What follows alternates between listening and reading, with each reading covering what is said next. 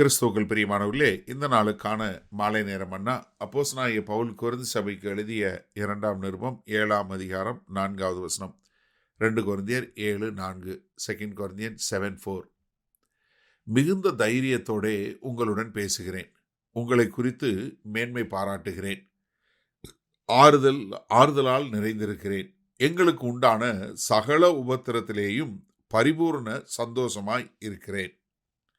அதாவது என்ன கஷ்டப்பட்டாலும் என்ன சொல்றாரு, நான் உங்கள்கிட்ட பேசுகிறது ரொம்ப தைரியமாக பேசுகிறேன்.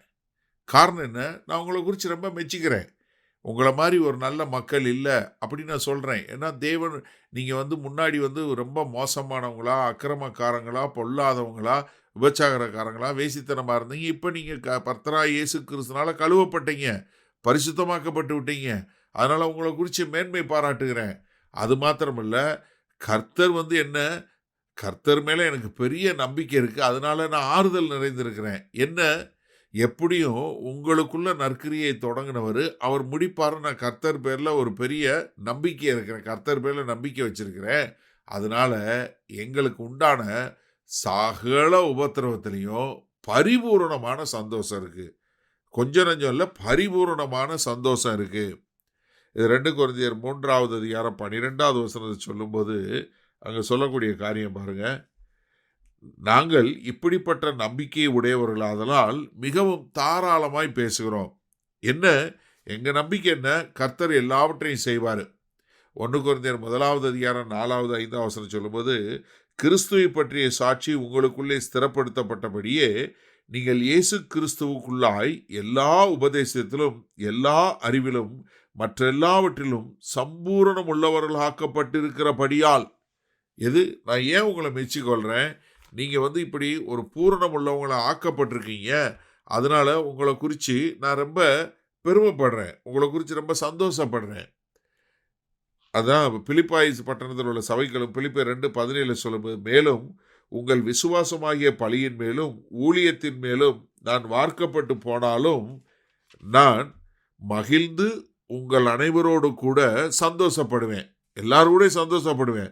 அது மாத்திரமல்ல, கொலோசை சபைக்கு எழுதும்போது கொலோசையர் 1ஆவது அதிகாரம் 24வது வசனத்தில், இப்பொழுது நான் உங்கள் நிமித்தம் அனுபவிக்கிற பாடுகளில் சந்தோஷம் அடைந்து கிறிஸ்துவனுடைய உபத்திரவங்களில் குறைவானதை அவருடைய சரீரமாகிய சபைக்காக என் மாம்சத்திலே நிறைவேற்றுகிறேன். என்ன, கர்த்தராகிய இயேசு கிறிஸ்து உங்களுக்காய் பாடுபட்டு உங்களை மீட்டு கொண்டாரு.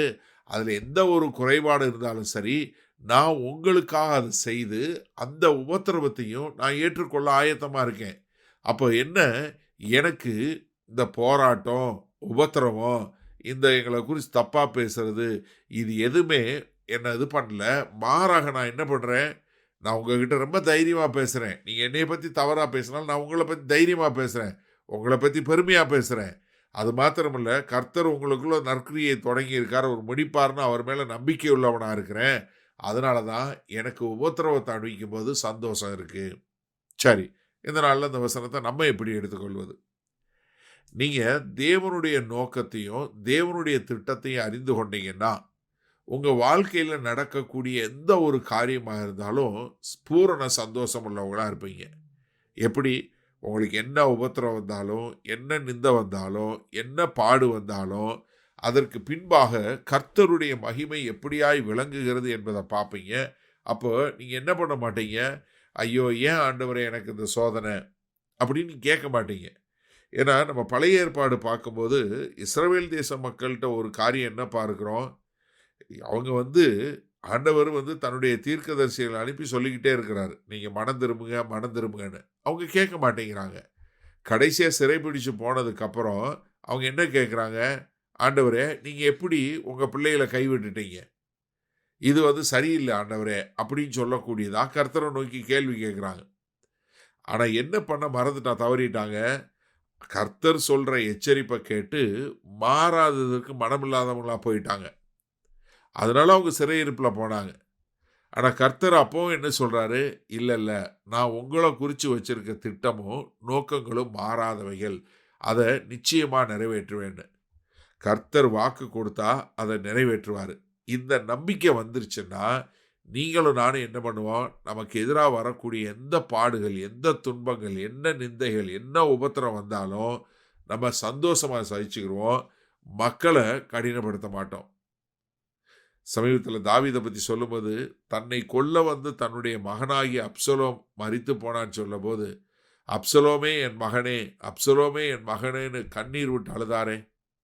அந்த மாதிரி நம்ம நிந்திக்கிற மக்கள், நம்மளை நிந்து உபத்திரவப்படுத்துகிற மக்களுக்காய் நாம் பரிந்து பேசக்கூடிய மக்களாய் இருக்க நம்ம கர்த்தர்ட்ட ஒப்பு கொடுமா. வல்ல பிதாவே, இதோ மாம்ச பிரகாரமாய் எங்களுக்கு எந்த ஒரு எதிரியுமே கிடையாது.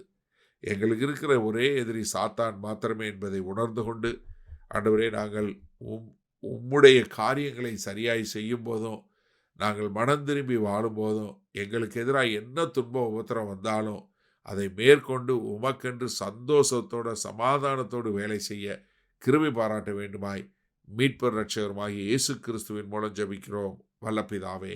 ஆமேன். கர்த்தர் உங்களை ஆசீர்வதிப்பாராக. நாம் நாளை காலை தினசரி தியானத்தில் சந்திப்போம்.